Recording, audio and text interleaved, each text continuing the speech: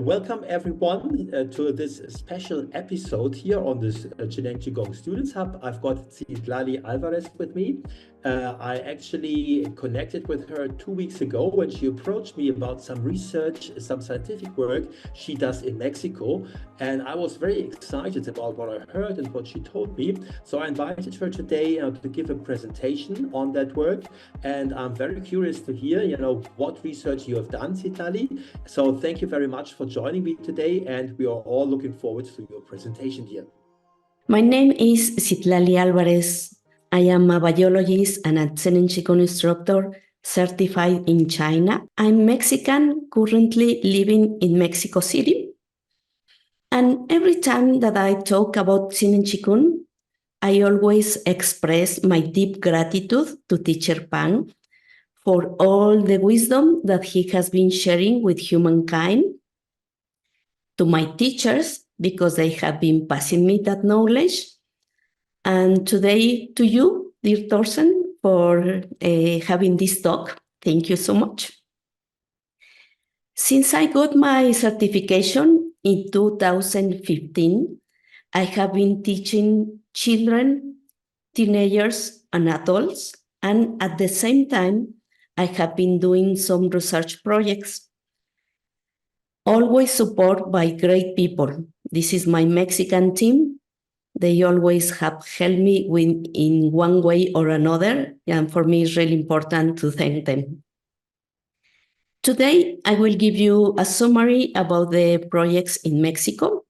The first part will be with projects carried out with practitioners, and the second part with projects with external Qi. The first part with Zhineng Qigong practitioners. We worked at the School for the Blind with students diabetic with acquired visual disability. We measure glucose levels, body weight, and blood pressure. We practice 1 hour a day, 3 times a week for 3 months. And the results were that the students lost weight and glucose levels went down. Blood pressure stayed the same. And this article was published by Qi, the Journal of Traditional Institute of Health and Fitness in 2018. Then we work at the bakery products company with 19 employees. This time we measure quality of life. We use the World Health Organization Quality of Life Questionnaire endorsed by Mexicans, for Mexicans. We practice 30 minutes a day for 6 days a week for 2 months. And results were that quality of life was improved. But also students report enhanced physical performance, better posture, greater strength, more vitality, more patience, higher concentration, and less stress.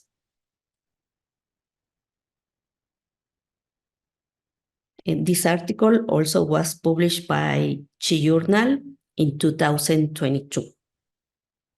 Citlalli, I would just like to add that we will, in the show notes underneath the video, underneath the presentation, we will put links to all your research works. So people that are interested in the exact methodology, in the exact results, they have a way to follow up on this and see the concreteness of the results that you've created there.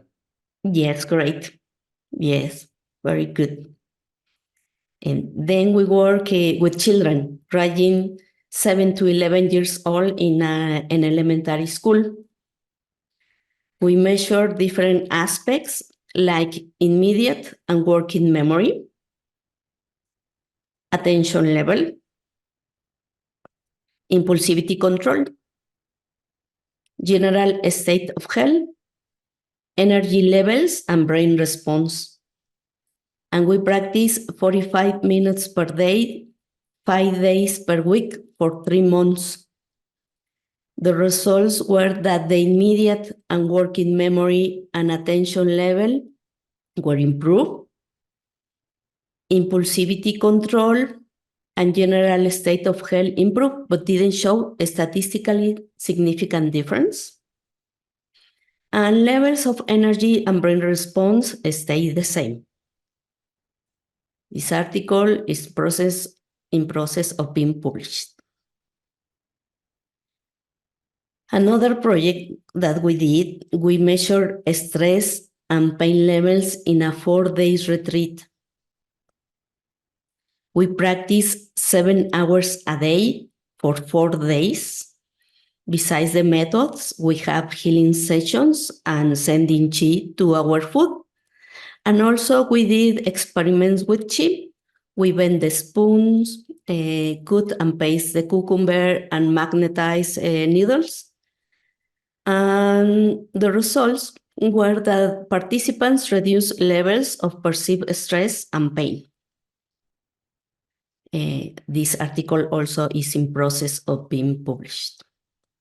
It seems that all the studies you have done, you in the different categories that you measured, there were always some categories with improvements. There were some that were improved, but not statistically significant, so that we would say, okay, this is definitely an improvement. It could be a statistical fluctuations, and some stayed the same. But there was never a category where the results were worse than before the Zhineng Qigong practices. Is that correct? Is that right? There is always an improvement. It could be the better way is that you found a statistical difference. Yes. And the other is that you are able to see some changes, but not a statistical significant difference. It could be that you need more time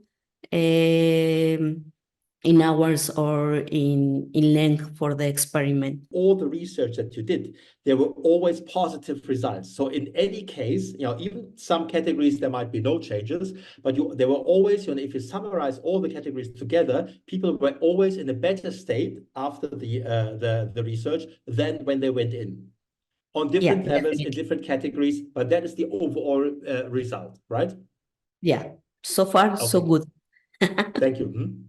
Well, now projects with external qi. We work at the National University of Mexico City. At the Tissue Culture Lab, we measure plant growth in vitro. We had experimental and control group. Plants receive external qi 30 minutes a day, 3 days per week for 5 weeks. And results were that the plants that developed roots of the experimental group were almost double compared with the control group. Also, the roots were larger and thicker in the experimental group, and the average length of the plants of the experimental group was greater than the plants of the control group. However, there was not a statistically significant difference. This article was published by the International Journal of Research in Agricultural Science in 2017. Then we work at the herpetary with reptiles. This time we measure body weight.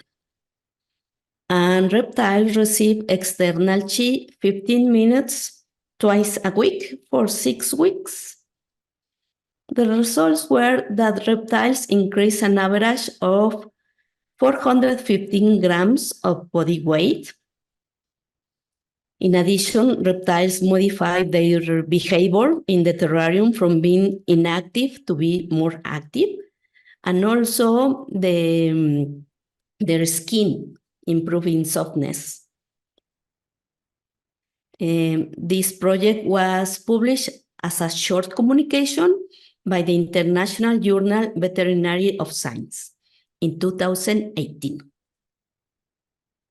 Then we went to the Caribbean Sea. We work at the National Institute of Fisheries and Aquaculture in Puerto Morelos, Quintana Roo, Mexico. At the Coral Nursery, we measure survival and growth. We had control and experimental group. Here's our group. This is the coral fragments. So we work with two genotypes, two different genotypes. 16 from one genotype, 16 fragment corals from another genotype. In total, 32 tiny corals from the control group, and the same for the experimental group. And corals receive external qi 10 minutes, 7 days per week for 3 weeks. And results were that experimental group survived more than control group. From the experimental group, survived 25, control group 4. It was 78% versus 12.5%. And also experimental group grew more than control group. This article was published by the Zhineng Qigong Science Worldwide in 2020.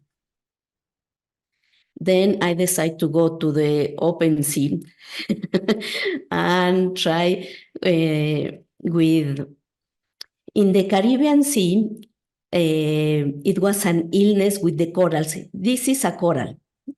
So the brown color is a healthy coral, but the white one is an illness, is already dead. So this syndrome is the white syndrome and is killing all the corals in the Caribbean Sea. So we decided to send external qi to see if we can reduce the illness in open sea. So we had 18 coral colonies, 9 from the control group and 9 from the experimental group. And they received external qi with free diving and scuba diving. Summing up on 15 non-consecutive days of treatment. This is an example of a control group, the colony number 7. You can see the illness, and then it was in November 9th, and then the 28th, how the illness was moving forward. This is an example of experimental group, the colony number 12, and this is also the white syndrome. Unfortunately, in this experiment, it was not possible to measure the disease area in the colonies and neither perform the statistical analysis. So anyway, I wrote the article, and this article is available at SSRN. In order, the experience gained in this project remains as a background, hoping that it will be used in future projects. The people say, oh, there is a project with corals in open sea, let's see what happened. And yeah, I like it. I like to do it to show. So are you saying that the reason why it wasn't possible to measure is just because the circumstances were so difficult? It's obviously underwater, and it's very difficult to do scientifically, correct work under these circumstances. So you saw the difference, like in the example you showed me. You could see it in the populations, but you cannot, come up with a scientifically valid way to measure the exact results that you have created by using the external. Okay, good. I understand that. Yeah, basically was the weather. Yes. The weather, we had a bad weather at the beginning, at the end. So right. It was so difficult to measure the area. And if you are not able to measure the area, you are not compare what happened before and after. So yeah, now, the conditions. That is one of the things that I really admire and appreciate about the work that you've done, because you're keeping to Western ideas of scientific standards. which is obviously very important to get recognition. We know there's a lot of research being done in China, but China has a little different way of approaching research. Now, in the West, we have our clear ideas what a scientific study is and what it isn't. And I really say, you know, this is amazing because you stuck to very strict standards, so that you're actually able to publish these papers in scientific papers and get the recognition for it. And I think that is very important. So I think it's also great to say, okay, in this particular study, it was impossible to do the measurements just because, you know, the weather was so bad and there was no way we could measure this in a way that it would be scientifically accepted by the community. So I think that that is a very important study here. Yeah, so for me, it's important to write all the experience, because it is important to have the background. So that's why and then people can see, okay, now we have to consider the weather, something that I never consider. So that's the experience. That's the way to do it. And because of this, I decided to make projects by distance and ask for help. And I say, okay, who wants to help me to do more projects? And a teacher Oi from Malaysia say, yes, I want to help. Also, teacher Oi invite the Italian team. So the Italian said, yes, we can help you in the projects. And also the Xi'an Center, they help me. And we decide, also, of course, the Mexican team, they always help me, the kids and adults help me in the projects and help me to send Qi. So we work with corals, but different kind of corals, and with fragment in open sea. So we decide to see the distant external Qi effect in survival and growth.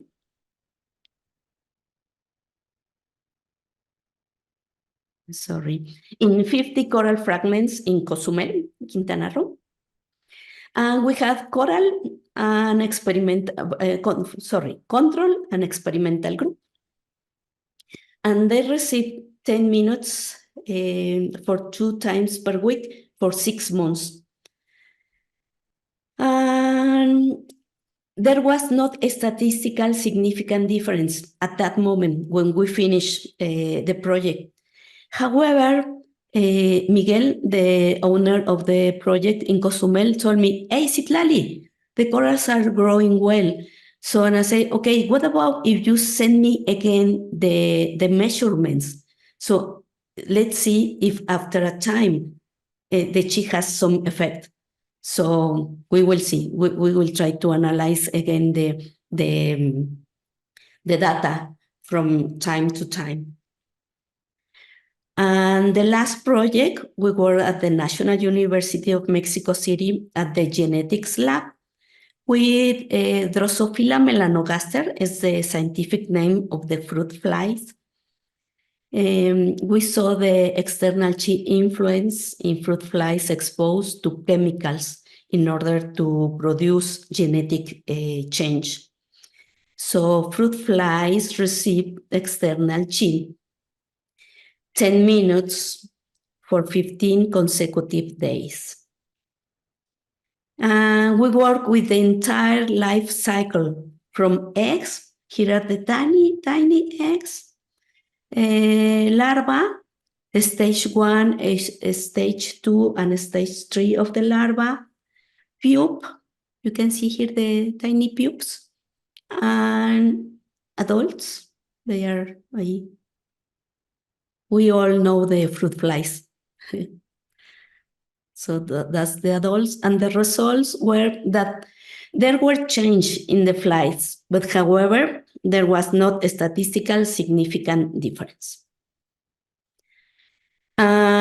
This is my email in case someone wants to read the whole article, but if you want, we can put the links so they can access to the whole article. Yes, and read it. Thank you very much, Citlalli. I have a question with regards to the last study. You said there were changes.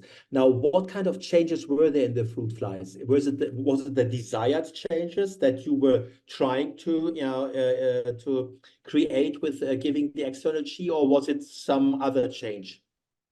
It was, let me show you, let me see.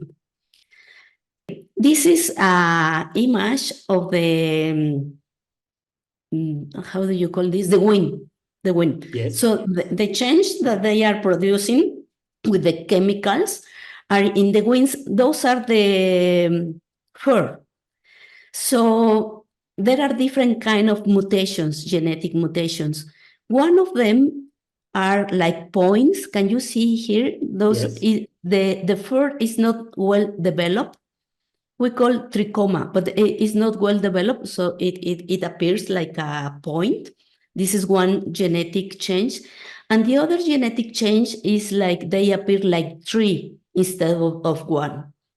So the lab, when we sent Chi, they saw that we were able to reduce the genetic change in the wings, in the fur.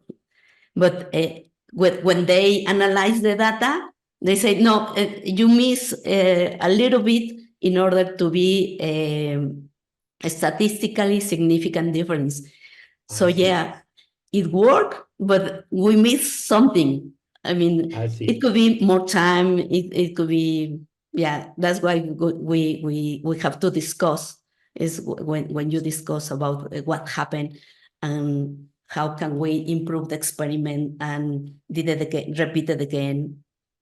So again, if you summarize these studies, it seems that in some of the studies you had some measurable results where you say this is clearly not a coincidence. It is too big to be a coincidence.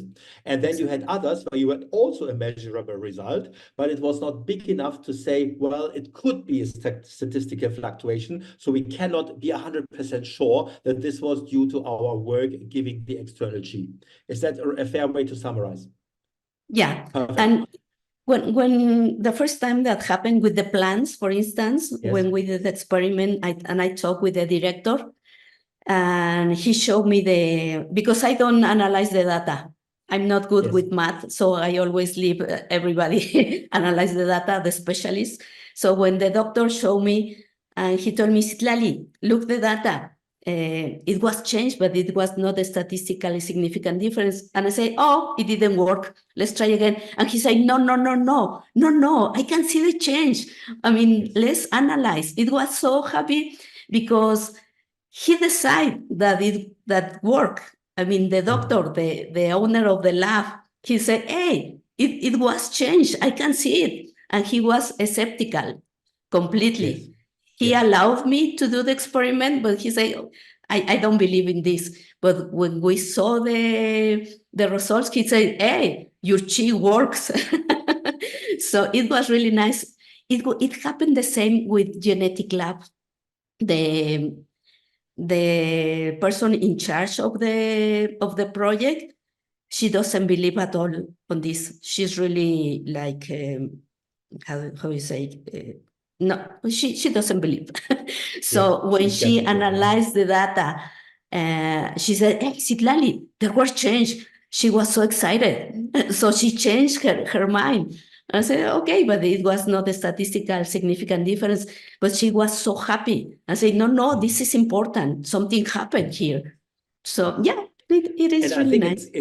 And I think it's encouraging to take these studies up and to go to the next level and see, well, maybe if we spend more time per day, or if we prolong the timing period, maybe then we get the statistically significant results.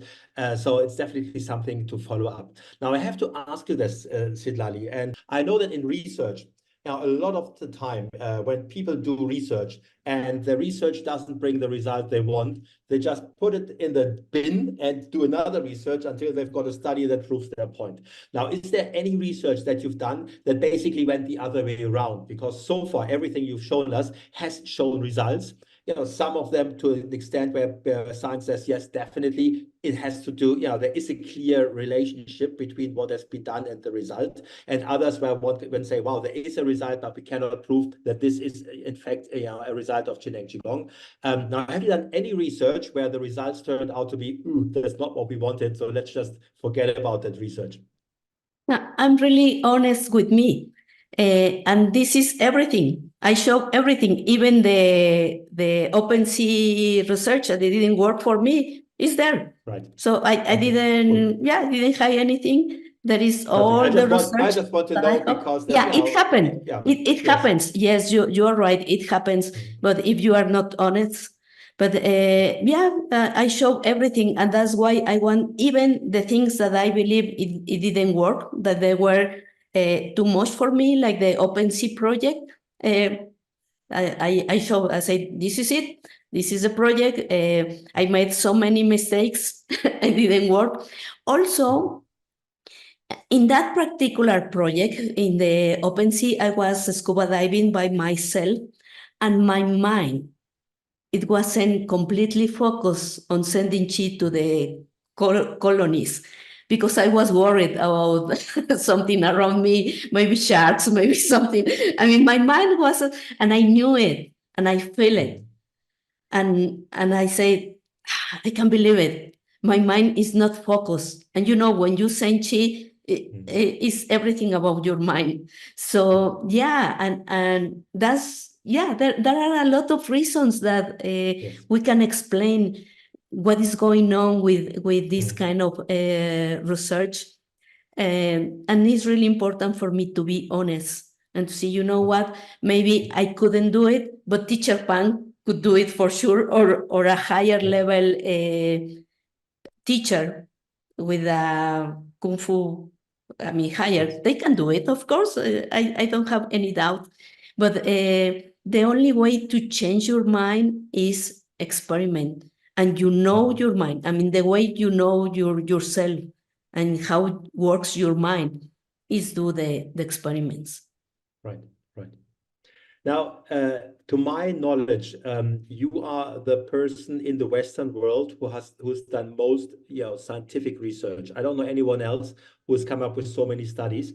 And this is also the reason why we are publishing this now on the Zhineng Qigong Students Hub, because we want to encourage other people that have done research, which we are not aware of, to get in touch, let us know, so we can gather all this research, put it in one place as a starting point, for more research to be done, but also, to give people some kind of scientific proof of what most of us Zhineng Qigong practitioners have experienced on a very personal level when we work with Qi. But it's one thing to experience it on a personal level, and it's quite another to get this confirmed by scientific research. So this is also, for anybody's watching here who has done some research or who knows about somebody who's done research in the realms of the working of the Qi, please let us know so we can add this to our resource center, and and the whole community and the whole world at the end of the day can benefit from that knowledge. Great. That will be so great. Thank you so much. I really appreciate your help for publishing this. Thank you very much, Citlalli. And for those of you, who enjoyed this presentation, I'm sure all of you did. There will be an upcoming podcast with Citlalli in the future. So please also check out our podcast channel in a couple of weeks or months, and then you can hear more about who she is and her incredible experiences that she has also outside the scientific research, because there's a lot of things you can tell people about how you discovered Zhineng Qigong, the effect it had on your life, how you learned about it. So there's a lot of sharing, and we're going to put this in a podcast very, very soon. So thank you very much again, Citlalli. It was a pleasure, and thank you for the efforts you made here to present the results of your work to the public. Thanks to you. Thank you so much.